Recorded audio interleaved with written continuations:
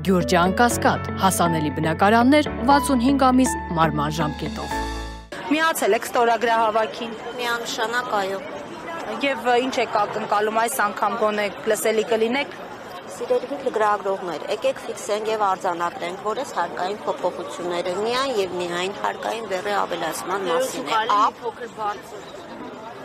Հարկային բեռի ավելացման մասին է A եւ B շրջանառության հարկը որպես այդպիսին հարկատեսակ շրջանառությունից հանելու մասին է։ Այս ֆիքսենք եւ արձանագրենք։ Առաջի երամսյակի հաշվետվությունների արդյունքում հարկային բեռը ավելացել է 60-70%-ով։ Բայց ինչ ենք մենք խնդրում։ Մենք խնդրում ենք, որ կառավարությունը ունենա ազնվություն, ասի, որ իրանք ունեն ճեղքված բյուջեում եւ այո, այս եղանակով փորձում են ապահովել մուտքեր փորձում են ապահովել եւ մեզ չհրճակեն հակապետական շրջանառության հարկը չհրճակեն արտոնյալ չհամեմատեն նույն ոլորտներում գործող ԱՀ-ի դաշտում եւ շրջարկի դաշտում բիզնեսները, հա, հիմնավորում են, որ 2.1-ից 2.8% տարբեր հարկեր են վճարում։ Նույն ոլորտում գործունեություն ծավալող տնտեսվարողները, որովհետեւ չի կարելի հասարակ քաղաքացուն, չգիտեմ, շրջանավարտ ուսանողին, նորաստեղծ ընտանիքի ստեղծված բիզնեսը համեմատել տասնամյակներով ապուրինի, արտոնյալ, զարտուղի ճանապարհներով ձեռք բերված բիզնեսների, այդ եկամուտները կապիտալիզացրած բիզնեսների, ՍՊ-ների եւ գրուպերի հետ այդ մարդկանց դնել նույն հարթության վրա պարզապես չի կարելի։ Բայց մի ամտություն չի 7 տարի նույն դասարանում մնացած կառավարությունից նման սպասելիքներ ունենա։ Չէ, գիտեք ինչ, եւ դուք խնդրում եք թե պահանջում, բոլոր դեպքերում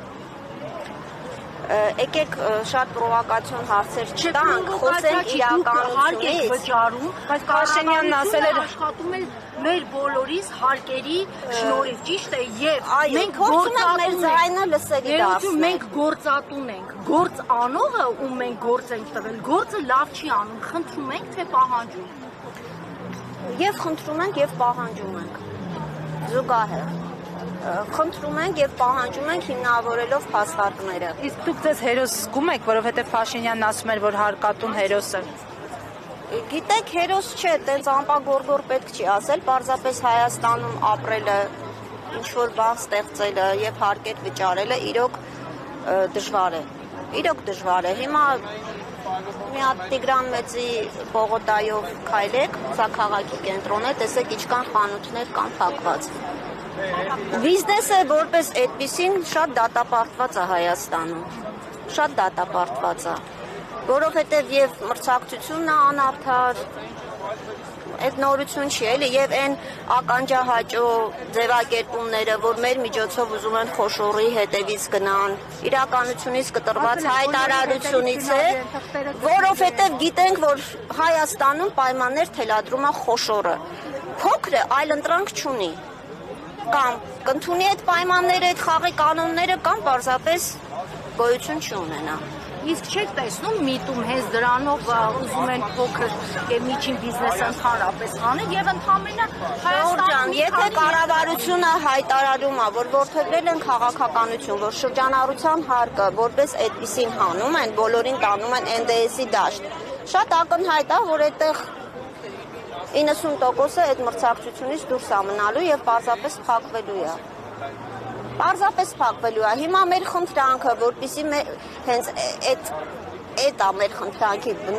ամբողջ էությունը, որ տեսնեն, որ կա, այս թացը չորի հետ պետք չի խառնել։ Այս մարդիկ կան, այս մարդիկ ինքնազբաղված մարդիկ են, մեծամասամբ թոշակառու են, բայց իրանց օրը 1000 դրամ մի մրգի փող կամ իրենց թորնիկին մի կոնֆետի փող կարողանում են բոլոր դեպքերում վաստակել։ Պետք չի այդ մարդկանց ազգի դավաճան հռչակել։ Պետք չի այդ մարդկանց հռչակել, որ իրանք հարկերից կամ տուրքերից խուսափում են։ Չէ, այդ մարդիկ կան, ռեալ մարդիկ են, գոյություն ունեն, ապրում են։